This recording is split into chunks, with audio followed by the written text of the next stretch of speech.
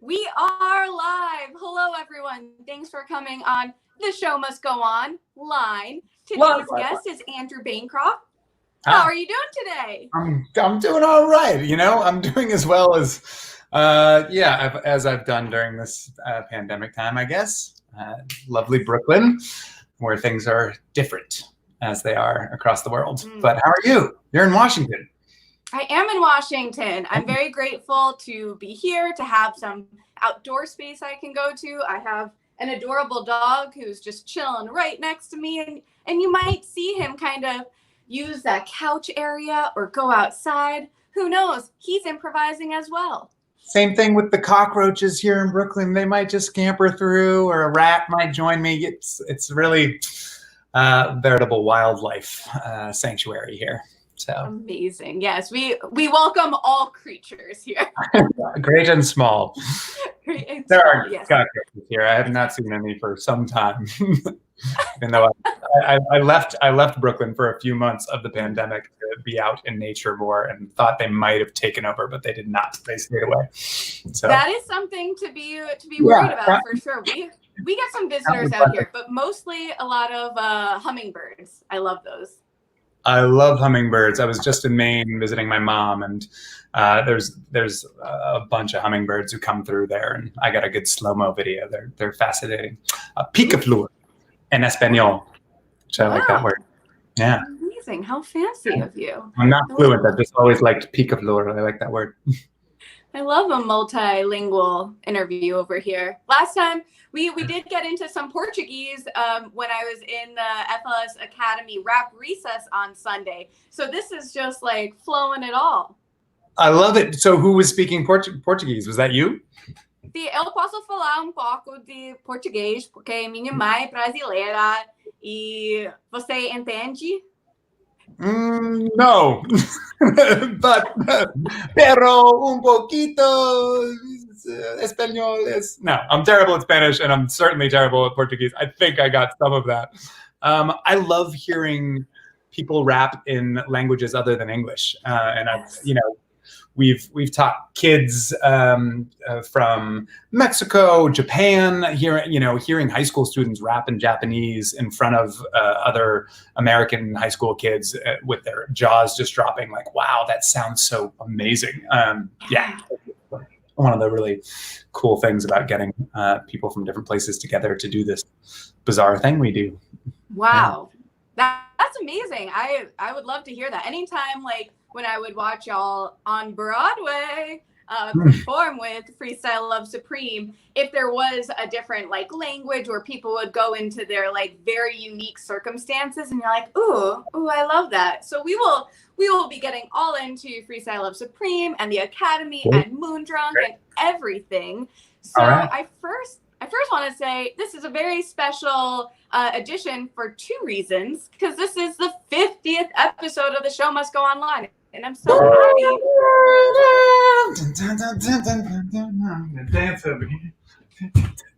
Congratulations, that's huge. Wow. When did you start? How long did it take to do 50?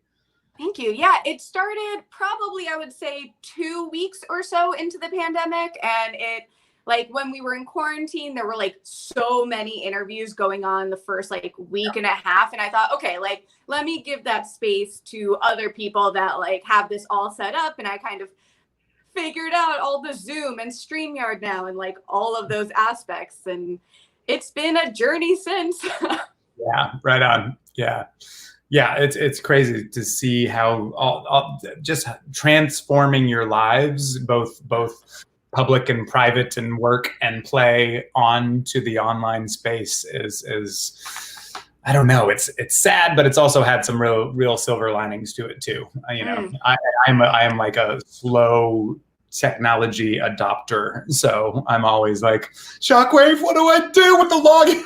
So now I'm like, I've caught up enough, to get things done. Like I can run a Zoom webinar and turn into breakout rooms with kids and those kind of things. Amazing. And speaking of someone who's amazing at technology, I see Get In Projects. Hello, Kyle. He said, Can I see the chat too? I don't know if you can see it depending on how you're looking at it. It's here on StreamYard or on the YouTube link. The comments are below. I see Gedden saying congrats. Lisa O'Neill, we know you, Lisa, says hey.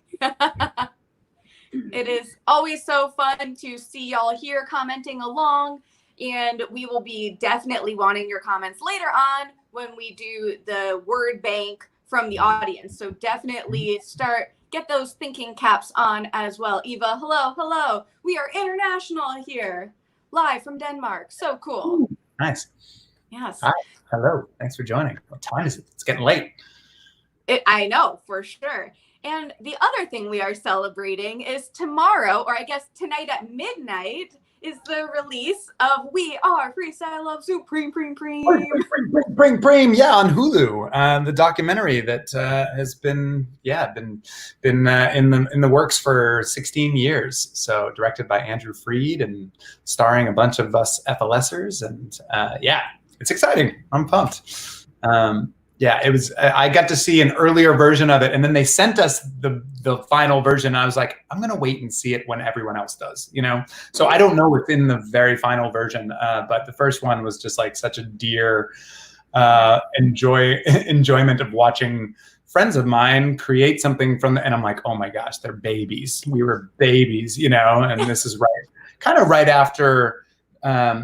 It starts not long after Anthony and Tommy and Lynn graduated from Wesleyan, which I did as well. It was, a year before Lynn and Tommy and a couple of years after Anthony. So it was just really lovely to see footage from that time and be like, oh yeah, we all had some haircuts there, didn't we? Although I can't talk now. I mean, my COVID cut is, in full effect. Yes. But I love a good quarantine look right now, and especially back in the day, little college and post-college, we've all had some interesting hairdos there and baggy pants and I don't think I had a suit that fit me until like a year ago, and that's, I don't know. Yeah, I look back at pictures from those times, college and post-college, and it's worth watching just for that, I guess. But. Right, nostalgia. But it's so cool to think that someone had the foresight to film and to get all of that behind the scenes access, and especially like someone like me who filming and reporting is like my life. I love to see other people's minds at work and how they like get all of that stuff. It is so cool, and like the little aspects that someone might not think would be like important to film or whatnot are sometimes the best gems out of everything. Sure. Yeah. The relationship between, the friends in this group, I think are great to see. And Andrew, who directed and just decided to start filming, it was a lot of foresight. I don't think anyone knew where Freestyle Love Supreme would go or where any of the careers of the folks involved would go. But I think it was just one of the cool things about live theater is he had an experience. He saw something and was like, there's something here. Or I had this experience where I want to capture a little, I don't know what I'm doing exactly, but I want to see more and capture some of this. And it ended up, leading all the way to this film release tomorrow, I guess, and its premiere at Sundance. Was that this year? Oh my God! Yeah, I guess that was January. But wow. So huge congrats and thank you to Andrew Freed for being, I guess, inspired and following his kind of inspiration to really make something cool for us. It's like having a wedding videographer for 16 years and you're getting married to all your college buddies. Is that a thing? I don't know. Yeah. Oh, I love that. What a fun way of thinking about it. That's great. Everyone is just like feeling nostalgic now for FLS, and Jody saying, hi friends. Jody actually helped me cover the FLS opening night on Broadway. And that was, oh, cool. That was amazing. What was it like? You were just saying that you never could have imagined where FLS, Freestyle Love Supreme, would have gone after just like starting out with a couple of friends, and then you're opening on Broadway. What was that like?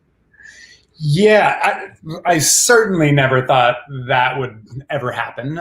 For one, I've never seen improv on Broadway. I've seen little glimpses of, I saw Oh Hello with John Mulaney and, oh my God, complete brain shutdown. I know Big, who you're talking Big Mouth, about. Nick Kroll, Nick Kroll. Brilliant comedians, and they would bring like a Tina Fey up, or they'd have a celebrity guest in the middle of the show, and they'd riff with them, and I'm like, oh, that's a little improv on Broadway, but I feel like people want to invest in a known product or a sure thing. So first of all, it didn't seem like it was in the realm of possibility, and then just the format, yeah, it was kind of beyond imagination. It was never, I got into freestyling just mainly in college, and I just kept doing it because I was obsessed with it. It was just fun. It was just like the best way to spend my time, and it like lit me up in different ways. And it was a challenge, but also that kind of like spark of excitement and fear just kept coming back. And I'm like, I got to do that again. I got to do that again. And, I would enter battles in Oakland, and, I never was like, this will be a career path. That'll happen, like, no, that was not, but that's kind of one of the beautiful things about it too. I think it was just following joy, I think, for all of us. And that joy led to Broadway, because a lot of amazing other roads got paved along the way, and certainly Hamilton, and the great work of Lynn and Tommy and Anthony and everyone before. So yeah, I feel like I was very lucky that my joy road ran into a train, and I grabbed onto that, and here we are. Yeah. Well, we are lucky as well to have you, because you certainly add that fun spark of joy, and you're so personable, and a lot of people here commenting, and when we saw you on Broadway and off Broadway, and then of course everyone who was in the Academy, it's cool to see people who like love what they do and are so passionate and just want to share that love and passion around and like just play.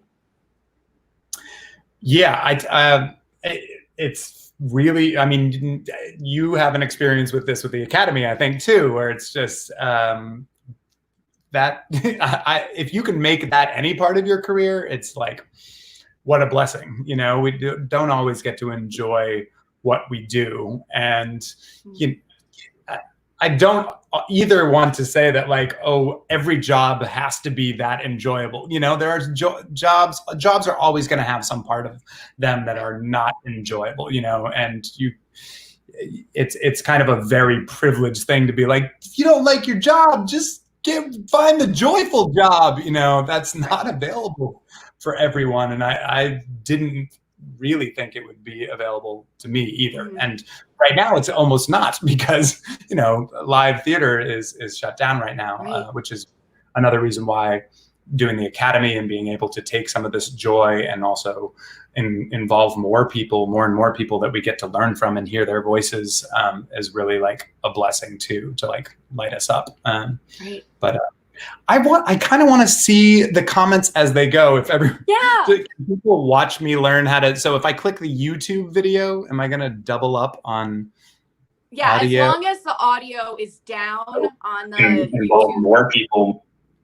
Yep, I think that's what I would like watched me a second ago, and it was very trippy Bruce Willis time travel moment. 12 Monkeys. But where do I put the volume down? Thanks for watching, everybody. I hope you enjoy this part.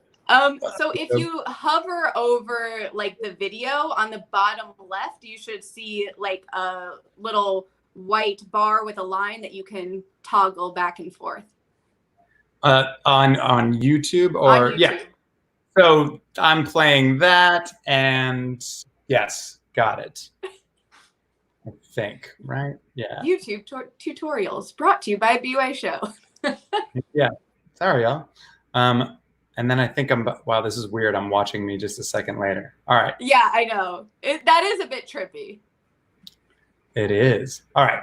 I'm going to look at that every now and then. Right now, I'm just going to look at StreamYard. Cool. Sorry. Back to you. Thanks, Andrew. I love that. This is kind of the best part of these interviews, is like once we figured out that we're going to do these interviews live from our own homes, the like idea of it being like this perfect or like a normal type of interview, like where all the technology is just like standard and what you would do if you were in like a broadcast studio, like that's just not going to happen. And it's been really fun to see how, like, you know, especially like if my dog just walks behind me or like there's a technology something, it's like this is our lives, and I kind of like that aspect. So thank you for bringing that in. Yeah, it's where we're at right now. So you either accept it or, you know, oh, who's that? That's Limbo.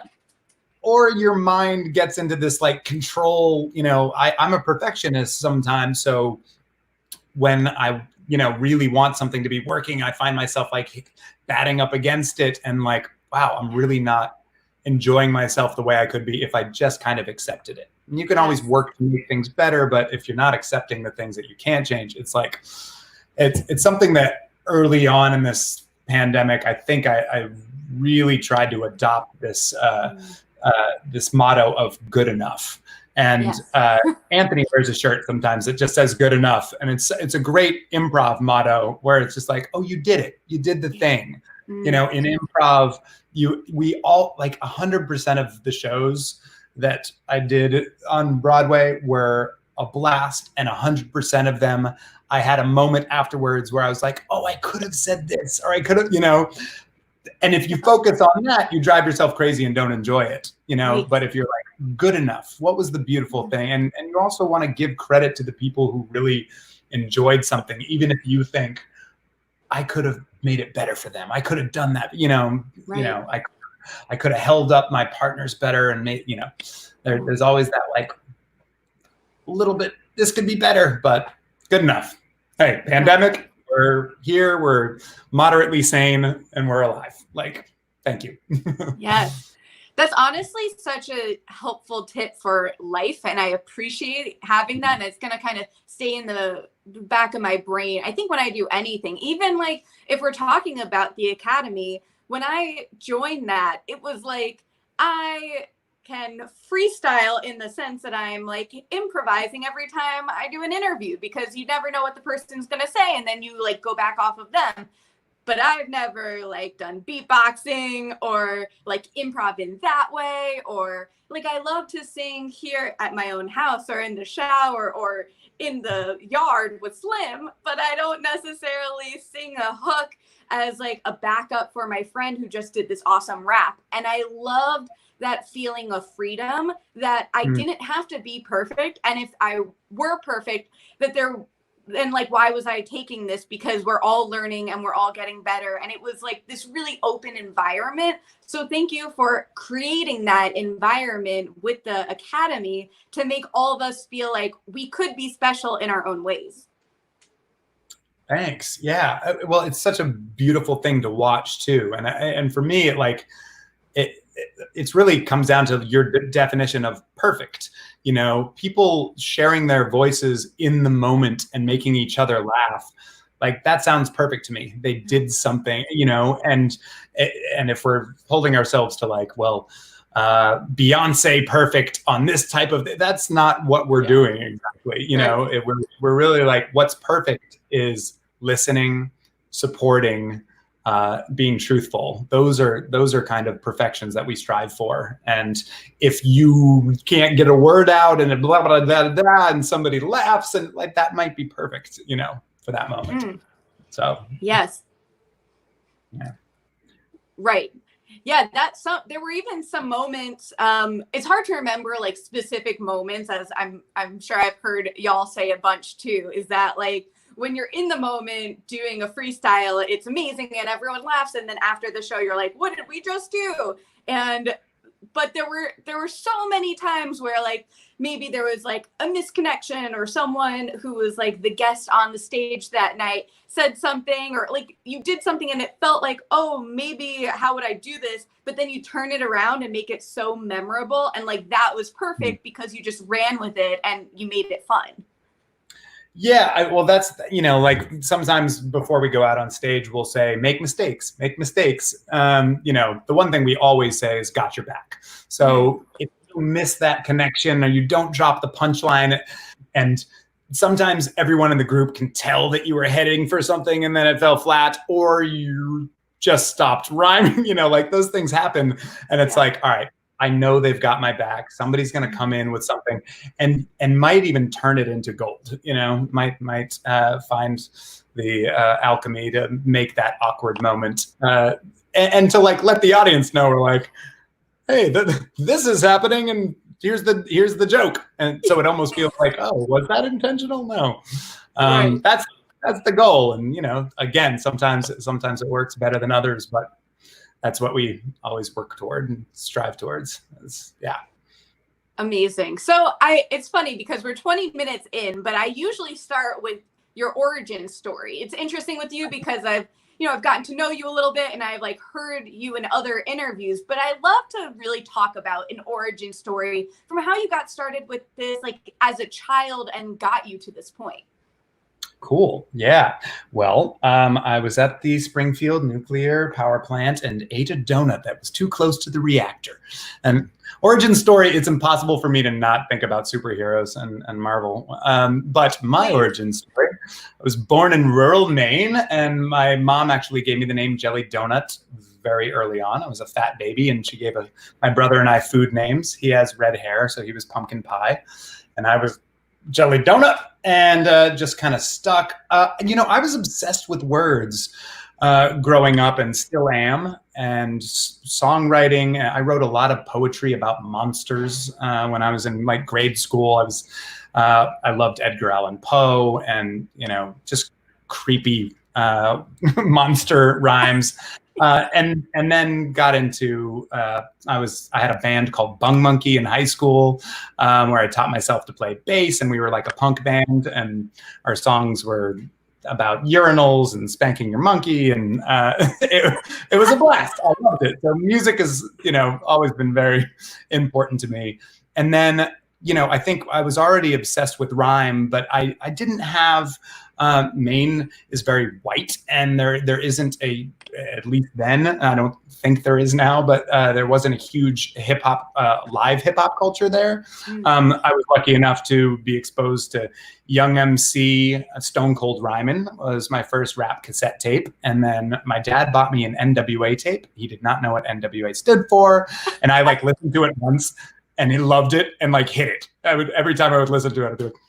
And then I hide it in a drawer. I'm just like, he can't find the thing that he gave me.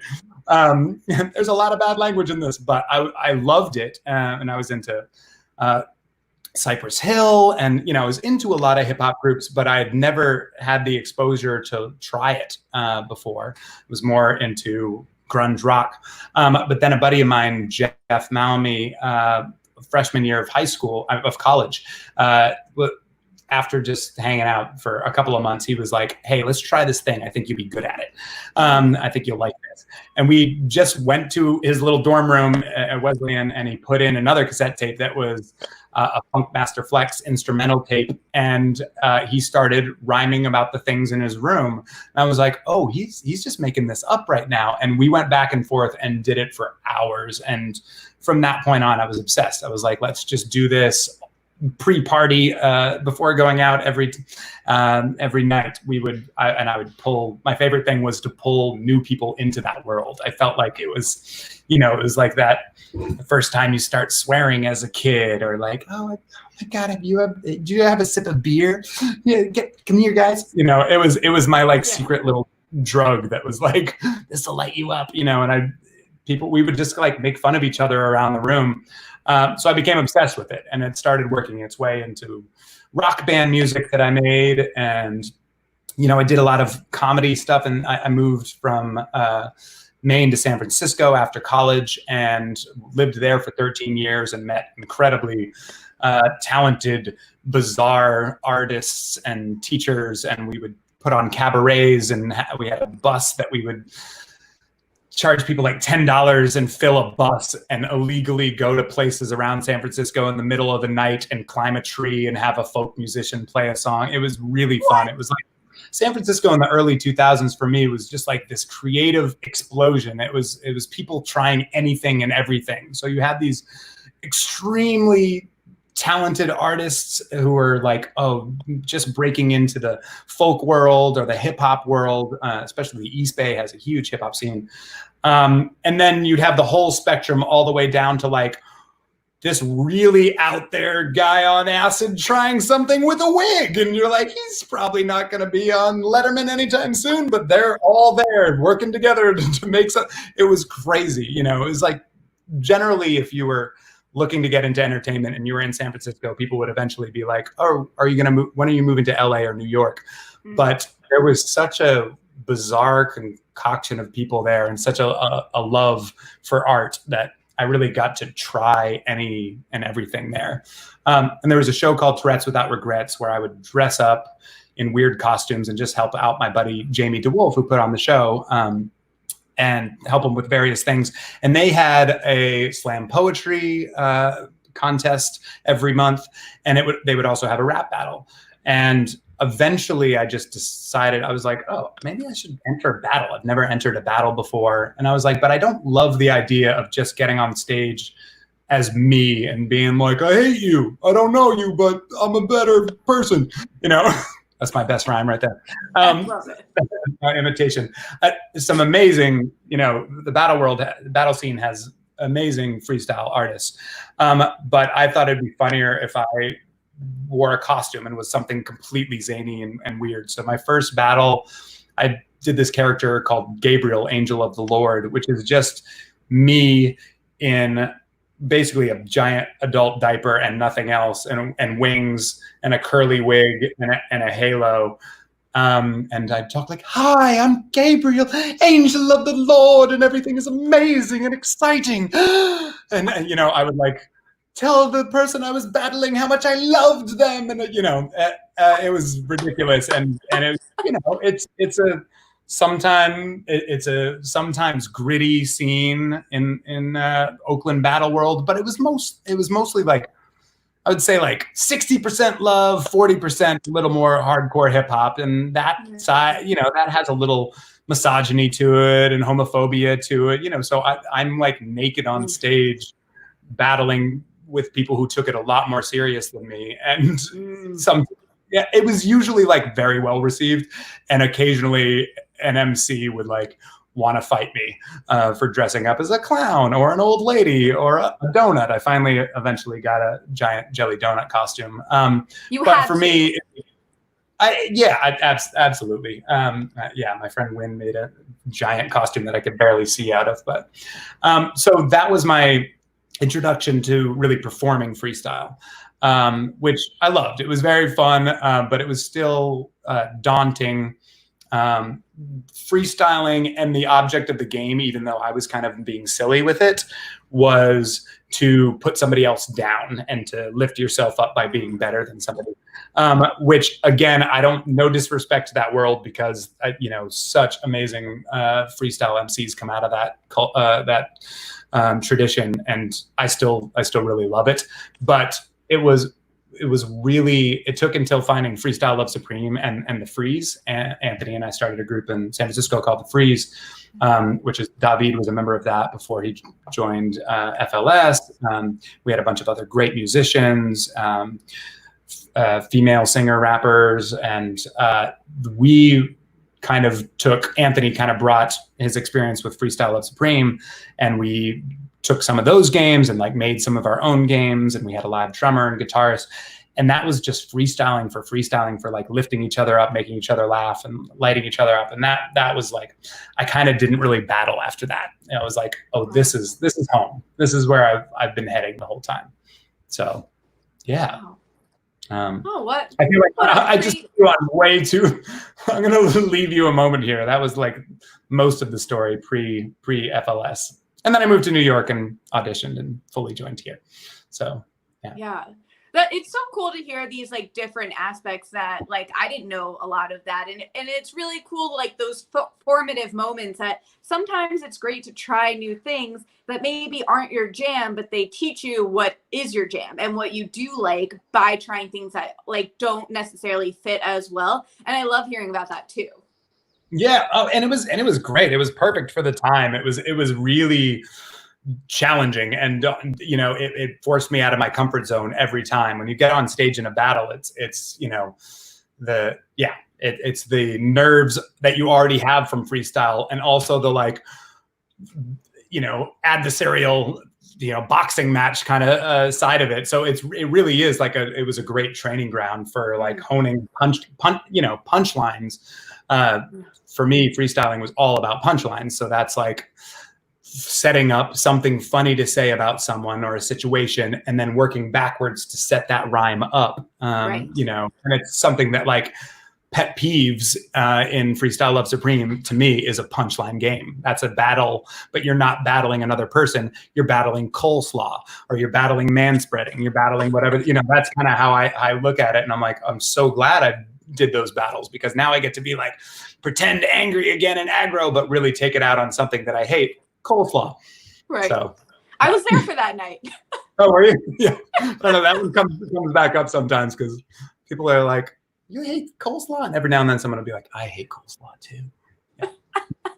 I do love in that game too, the most random things that people hate, that there would be some that were very consistent. Why do so many people hate cilantro? I love cilantro. Yeah. Well, I think there's a genetic thing that makes 1/4 of the world's population think cilantro smells like farts or something. There's something weird like that, like the asparagus thing. Because that is a regular random one that comes up. My favorite in DC that I ever took was passive aggressive Post-it notes. And it was such a reminder that specificity in improv is really key. It's really nice to have how much can you think about that? And you're no, you can really dig into that story. Right. Yeah. Oh yeah, that's amazing. So speaking of getting suggestions from the audience, this is a great opportunity. So if you have a word that you would like Jelly to freestyle with, please drop it in the comments. We'll get to it in a few minutes, but I wanted to give you all a few minutes to kind of get those thoughts and post it there. You can post it like a note. What? Right in the comments. Lovely. So how are you doing? How's it going over there? Sorry, you're in charge of the questions. You and Anissa, both of you are I'm going to be the reporter now. I don't know. I guess we're used to it. It's the mic one mode. Yeah, I'm great. Thank you so much. Honestly, though, having these conversations have become such this joy in my life, because before starting the series, it was kind of okay, maybe I'll hop on a rap recess and then that'll be the way I talk to people, or maybe I'll call a friend. But there wasn't that consistent way of getting to know people and having this semi face-to-face contact. And that's just really, really helped to make it semi-normal in a not normal world. There's that little piece of normalcy, and that's it's been great to have this. So thanks for asking. Good. Well, yeah, and we had planned for so long, and I feel I delayed, and now it's the perfect time. It just seems this was supposed to be. Yes, this was supposed to be. And actually, while we still get a few more of those words, I want to talk about one of the reasons that this was postponed, for a great reason, and something that the Academy, I think, did a really great job at speaking up and getting people involved. So the We Are Freestyle Love Supreme was supposed to premiere right during the time that the Black Lives Matter movement really was getting their steam, and how did that aspect kind of affect you, the Academy, and all aspects of that? Yeah, well, after George Floyd's death and murder, and certainly murders that have happened right before that and right after that, and for decades and centuries before that, certainly that boiling point, I think, struck all of us. And it also, we're also tossed and turned from the pandemic, that to also see oh, right, this hasn't gone anywhere. This is as bad as it's been in recent history. And it was just another gut punch, and also I think a really difficult thing to hold in your head for those of us who are privileged enough to be able to put that kind of thing down and hide in our homes and not experience that day to day. And so, you know, I think the Freestyle Love Supreme and people at Hulu, I think we had a conversation about it. We had a really great conversation as a group, Freestyle Love Supreme, about, hey, delaying this. Our voices need to be used for something else right now. And our attention as a nation should be on something else right now. And that's even hard to say because our attention should always be on these important things as well, you know, but there are moments in history where the catalyst has just like struck, you know, spark has really turned into a flame where hopefully real change can be made. And it feels like even, you know, the needle is moving, even if it's not nearly as much as many of us would like it to.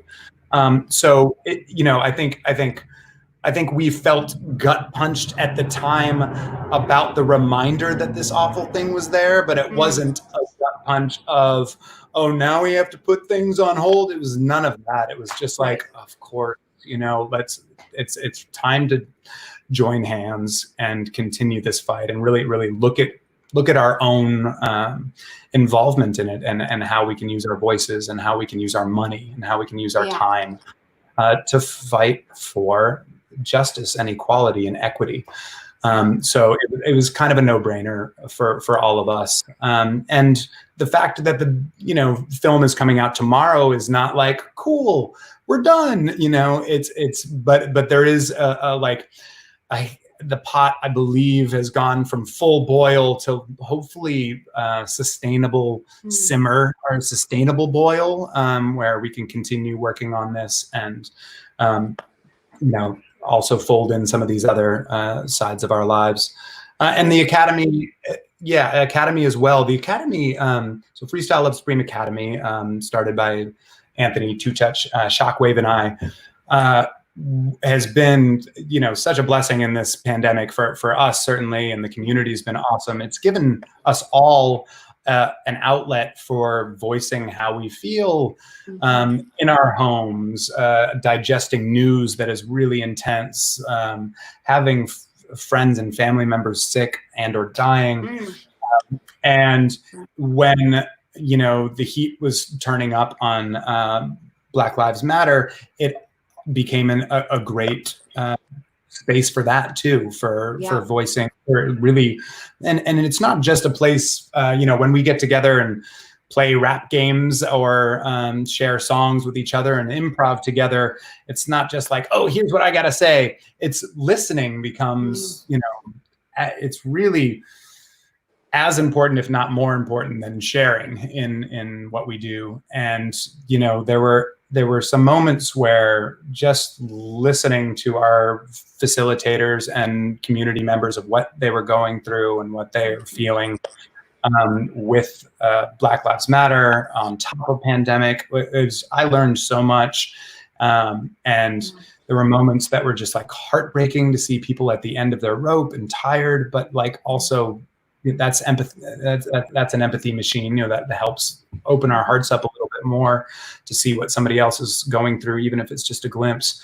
And there were also inspiring moments. We had we've been doing sessions for kids, and I was in one of the sessions for younger kids, and I kind of started it with like just a little history of hip hop and like, hey, we don't always talk about the fact that we're riding on the shoulders of giants when we're looking at this art form, and how much respect and praise and gratitude we owe to Black communities struggling for equality in the 70s, creating this art form and a peaceful way to express themselves together, and how it's still happening now. And, you know, we ended up having a game in that session with the kids where we talked about kids, their vision of the future and how it could look better. You know, what is your vision of improving what our situation now? And the things that came out of these kids' mouths were just like,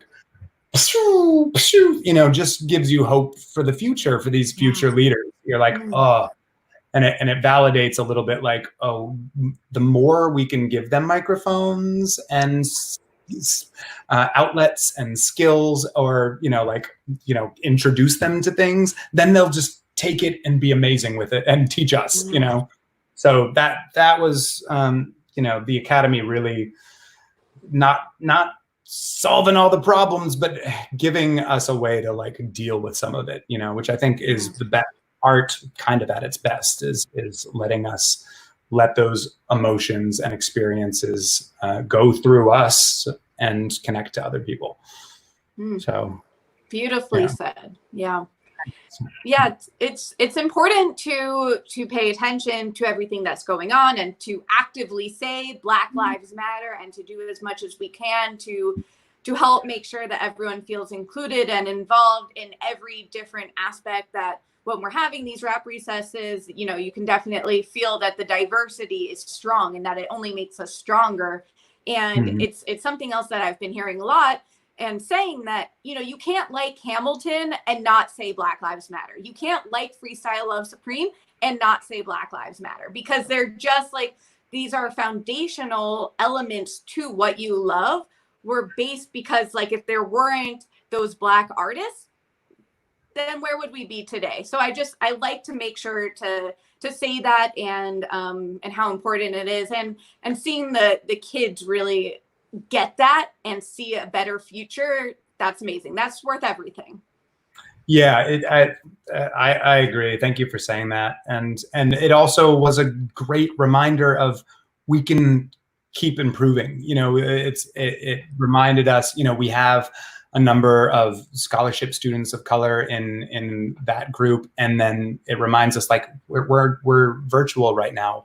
We can seek out more opportunities for kids from different backgrounds, adults from different backgrounds, to join us. How do we improve that? How do we hire diversity consultants and pay them more? Right. So we're really kind of looking at our organization and like, how do we put the money where the mouth is on Black Lives Matter? So great. Working on it. Yeah. Great. Well, that's great to hear, especially as someone like in the community. It's really nice to hear that the people who are running it are so conscious of that, and looking to make those changes that I think everyone in the world are, but are doing that in a way that's not just like reacting, that it's just like, let's take the moment, let's take the time and really make sure we get that right. For sure. And it's certainly not lost on us that a number of us are white, straight men, working in this field of, yes, improv storytelling, but hip hop is a huge part of it. And it is a Black art form traditionally. So that is not lost on us. And we never want to be anything but respectful, and hopefully paying homage to and adding to, not taking from, so that's our goal. Cool. Amazing. So you look at some of these. I shifted back over to StreamYard because I can't watch myself from 2 seconds ago. It's too insane. Yeah.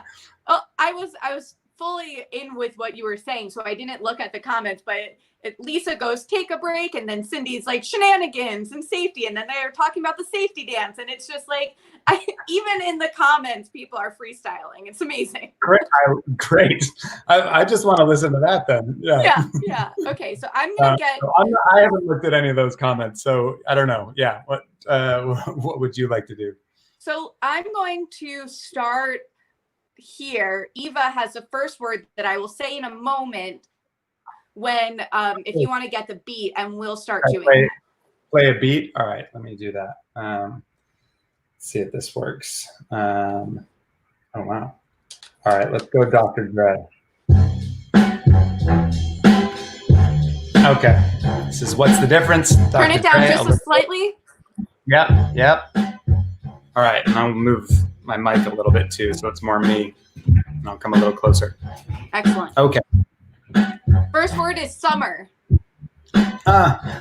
All right, I gotta say, 2020, this is the summer that I will always remember as a frickin' bummer. Seriously, I'm locked up here in my cave. Gotta wear a mask to behave, but people won't wear the mask. And that's not that bad. It's one simple task. Please tell your dad, because we trying to help that dude survive in a pandemic. Also, racial injustice is systemic, and we are having many, many issues. So we crying all summer. Please grab those tissues. But hopefully after this big change comes, because after the storm comes the sun. Dinosaur nuggets. All right, fuck it. I'm gotta go back to Flintstone time. That's right, dropping a Flintstone rhyme to the town of Bedrock, going to the movies. What kind of snacks you got that will be groovy? Let's see, I could have a brontosaurus burger, but I don't really like that because yo, meat is murder. So I would rather have a fake dinosaur nugget made from impossible meat. Yes, this is an impossible treat. I drive my car with my impossible feet. That's what we do with me and Barney. And I'm not talking Barney the dinosaur. I'm talking my best friend next door. Him and Wilma. What's the other lady's name? Velma? No. Now I'm talking about a whole. Is that true? Bam, bam. Damn. Give me another word, please, ma'am. Smorgasbord. Yeah, smorgasbord. That's right. When you eat a whole bunch of food and afford more than you can afford. Wait, smorgasburg is where all these nerds come to Prospect Park, and it makes it difficult to ride my bike as they go to pay more money for food they like. They get it out of a food truck. But now we can't do that. You gotta wear your mask. It sucks. You cannot eat with a mask in the park when you're less than 6 feet away from another hipster today. Come out and play. Smorgasbord is not what I have over there in my cupboard. It's mostly empty in the refrigerator because I stayed away from Brooklyn as if I was a hater. But I'm back. So good to be back, BK. All right, what else should we say? Shrinky dinks. All right, hold on. Let me think.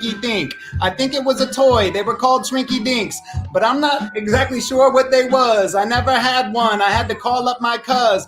Shrinky Dink, I guess it's something else. For me, it's difficult. It's bad for your health. But when you jump into the ocean downstairs, there might be a commotion. It's very cold in Maine when you jump into the ocean. It's true. So you might have a Shrinky Dink down from 6 inches to 2. I'm getting too graphic. I'm sorry. Let me switch up the topic. I had it. Documentary. All right. Call the doctor, not Dr. Dre. The documentary, he's got something to say. Andrew Freed, and we are Freestyle Love Supreme. Tomorrow on Hulu. Yes, check it out to stream. That's been a whole part of my dream. Now I'm in the movie, also on Broadway. That's groovy. And you get to see my friends from 16 years ago. Many of them sporting a go. TCD MCs freely taking the ABCs, the words, the nouns and verbs, and putting them together like they're ridiculous theater nerds, which they are, which they made also Broadway hits, In the Heights and Hamilton shit. This is legit. Let's take one more word because Jelly Donut is ready to quit. Last word is mystical. Oh yeah. Grab your Bibles and grab your Christicles. We about to go on a spiritual, mystical adventure. Oh, and my beat is stopping. I need to find another one because this rhyme is dropping. Maybe I'll scroll up a little. Here we go. Mystical on this mystical flow. I was a hippie, didn't you know? I like to get trippy in the snow.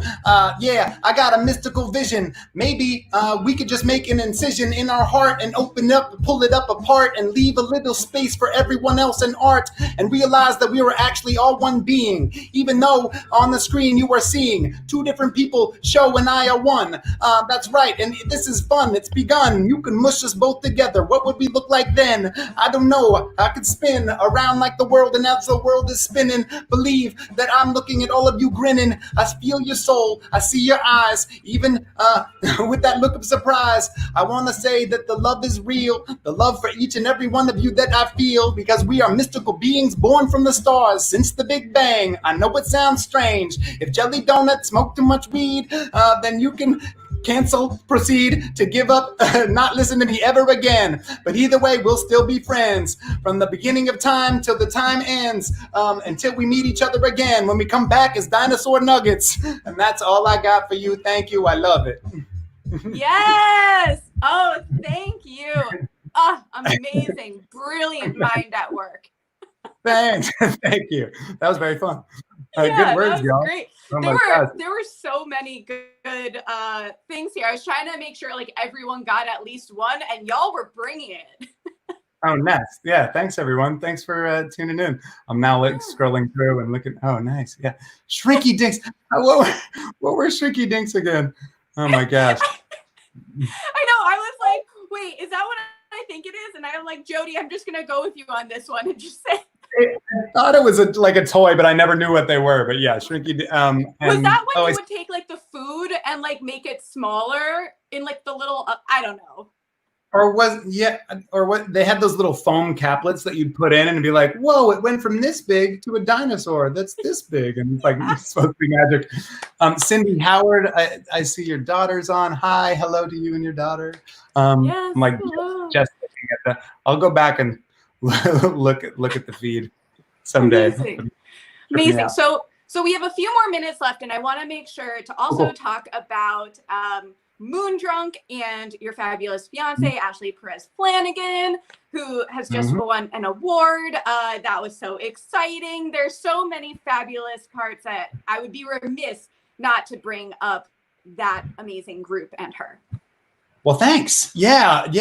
Ashley is extremely talented, and she and I have been working on. So we are in a band called Moondrunk, and there's a third member named Yair Evnen, who did some of the orchestration and played on stage in Waitress for many, many years, and a number of other projects. He's a killer cellist and guitarist and writer. And he and I and Ashley make music with a band called Moondrunk. And we have one album out called Lunacy that is on Spotify and iTunes and all the things.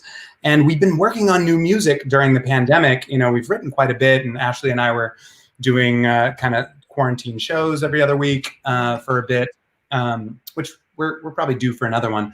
But yeah, we're very slowly putting together. We would like to release an EP this year. But yeah, that's, you know, I love songwriting. It's just one of the things that, like, you know, freestyling is great because you're songwriting in like fast real time, but my brain is kind of doing that throughout the day a lot of the time anyway. So I'm like, let me slow it down and pick up a guitar and do it, you know? So yeah, that's a really fun outlet for that. What else were we talking about? just you and Ashley and Moondrunk and Lisa saying TBT that time we went to see Moondrunk in Brooklyn. That was so much fun. Oh, fun. Oh yeah, the Way Station, which I need to reach out to the owner. It is closing. I believe he's moving, but I think it may be another kind of result of the pandemic there, but I have to reach out to Andy, the owner, who was always really, really sweet. That's the first place we ever played, and it's right around the corner from my house. So it was just like you could Lego stuff over there, and what a fun group. It's a Doctor Who themed bar, or was a Doctor Who themed bar. So it like attracted a really lovely nerd audience. Right. We'll push up my glasses, nerd. I love a good nerd time. Also, before I forget, I brought my FLS cap here that I thought very nice. Maybe I'll rock it for the last part of the interview. Although you can't really see it. Yeah. With the curls, it's always so funny to wear hats because it looks good. I'm kind of digging it. Thank you. Ernie, one of the guys who worked at our theater, made this hat that like Shockwave has one. A few of us have these, kind of amazing. Oh wow! Should have been rocking that. Oh, that's awesome. Oh, I love the microphone on the side there. So cool. Yeah, right? Yeah, it's got all the things. Yes. And are there any, did you have something you want to say first? Well, you might be leading into it right now. I was curious. You said you talk about nonprofit shout outs sometimes. Yes, I'd love to give two of them. One is the Hispanic Federation that Lin-Manuel Miranda works with a lot. We're doing a Prizio Freestyle Love Supreme campaign, or whatever you call them, contest, really. And for $10 up to however much you want to give, you get entered for as much money as you put in to win a free 30-minute virtual show. And I think that'll be with Anthony and James and Nisa and Kayla and I, probably. I believe through. So check that out on Prizeo. And most importantly, that goes to support the Hispanic Federation and the emergency response for Black and immigrant families facing trouble with COVID-19. So it's definitely worthwhile. And then maybe we'll be in your living room. And then another one I wanted to shout out is called Best Buddies, and it's an organization that creates friendships between individuals with and without intellectual disabilities. And I worked with them for many, many years and love that organization. And they are starting their leadership conference tonight, and it's the first time they've ever had to do it virtually. So I've sent them a little rap video for their opening night, but that's a cool organization too. And we do a lot of work in New York, but across the world, really. It's international. So check out Best Buddies. Yeah. Yay. Amazing. Yeah. I love to bring up the nonprofits and organizations and charities, because sometimes you never know these parts of people that like they have something that's been like a lifelong commitment or something new. And it's always really nice, because now with 50 of these interviews, I've gotten so many different nonprofits that I've gone and checked out and donated, and I've heard other people have as well. So that's really cool. Thank you for sharing that. Yeah, thanks for making that a part of your routine. That's great. Of course. And of course, I want to ask you how people can find out more about the Freestyle Love Supreme Academy, and if there are kids or adults looking to join the fun and, all of that jazz. Yeah, absolutely. We're doing a bunch right now. We have a new Welcome to the Cypher 2-day workshop for folks who have taken our classes before or not. We especially want to invite new people in, and people from anywhere can take it now. Assuming you can stay up late enough in Japan, then join us. But that is on August 1st and 2nd. And we have rolling admissions online, so you can apply at any time, and we'll tell you when the next class comes up. On Thursday evenings, so in half an hour, we will have 2 different youth sessions, one for 7 to 12-year-olds, one for 13 to 17-year-olds. Those are super fun. It's just an hour of playtime to allow parents to have a date night while their kids beatbox and rap, and that's a lot of fun. Ashley is one of the facilitators on that, so she's getting ready for that, and Tarek and Carly and Alice, great facilitators of ours. And then we're doing 2 weeks of youth camp in August as well. So all that information, that'll be really fun. That's a whole week long, Monday to Friday, kind of 3 hours a day. All of that information is, we're starting a new website right now. You should go to freestylelovesupreme.com/academy. And you can always email academy@freestylelovesupreme.com for more info about that stuff. Hope to see you there.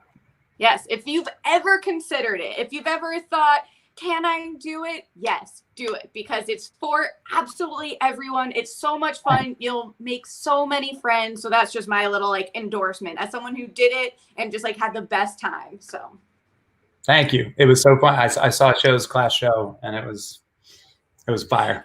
That was so much fun. Just quick side note, having 3 members of Freestyle Love Supreme who were currently on Broadway take some time to see us in our show in a gym was bonkers. So thank you for coming.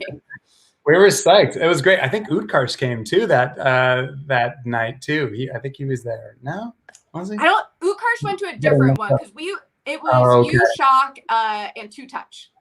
Oh, nice, awesome. Yeah, which was pretty cool squad.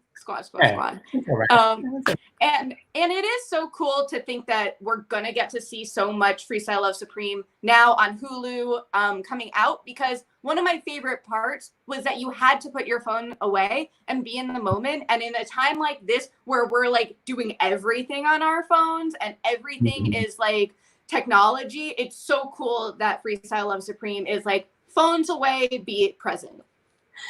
Cool. Yeah, I mean, I definitely miss that. I'm constantly checking on Ruth Bader Ginsburg's health, and I can't put my phone down. Just what's the next, hopefully, great thing that's going to happen, and not bad thing, Yes. But yeah, it's a good reminder to when we get playing any of these games. This is probably the longest I've gone today without checking my phone. Yeah. Well, and thank you so much. I appreciate you coming on and everyone who's watching. And I just want to share, yes, that the show must go online continues throughout quarantine. And we have more FLS members and Academy members. We have Chris Dela Cruz tomorrow and Dr. Pauly Saturday. Monday's Nia. Then we've got Bill Sherman. What up, Bill? He's coming on next week. So they're so much fun to look out for. A lot of the members here who've been commenting are Showtreon. So if you've liked what you've seen, you can join us. Patreon.com/BWayShow. Join the revolution. We are going to have a Freestyle Love Supreme watching party tomorrow at the same time as the Twitter party. So that'll be fun. If it's something you thought about, now's a cool time to join the jam and everything. So thank you. That's my little pitch. I appreciate y'all being here for it. I'm going to take us out with a little freestyle. See, it doesn't matter if you rhyme or not. You just got the flow, and I like your palindrome, so you keep going back and forth. I'll see you later, and I'll see you at the show. Bye. Yeah. Woo! Thanks, y'all. Thanks.